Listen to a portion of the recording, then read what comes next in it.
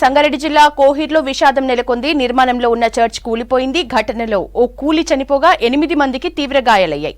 చర్చికి స్లాబ్ వేస్తుండగా ప్రమాదం జరిగింది. గాయపడిన వారిలో 3 పరిస్థితి విషమంగా ఉంది.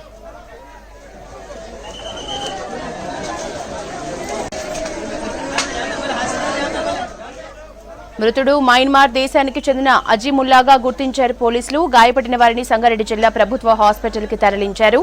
కార్మికులంతా మయన్మార్, నేపాల్ దేశస్థులుగా గుర్తించారు.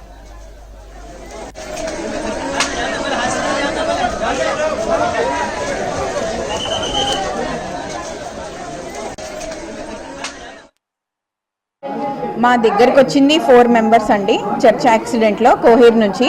అందులో ఒకతను డెత్ అయ్యాడు. ఇద్దరు ఈజ్ ఫుల్లీ వైటల్లీ స్టేబుల్, ఏం ఇంజురీస్ లేవు వాళ్ళకి.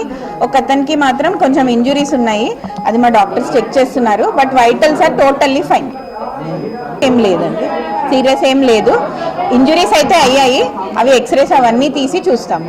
దాని తర్వాత అతని కండిషన్ అనేది మేము చెప్పగలుగుతాం. ఏమంటే అయితే మేము పబ్లిష్ చేయలేము.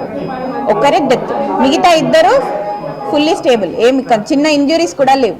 ఆయన పేరు హషీముల్లా, మయన్మార్ నుంచి, వాళ్ళు నేపాల్ నుంచి వచ్చారు. వీళ్ళు 4 కూడా నేపాల్ నుంచే వచ్చారు. చనిపోయిన ఆయన పేరైతే హషీముల్లా, నేపాల్ రెసిడెంట్. వాళ్ళు ఇక్కడ చంద్రగుట్టలో పని చేయడానికి వచ్చారండి.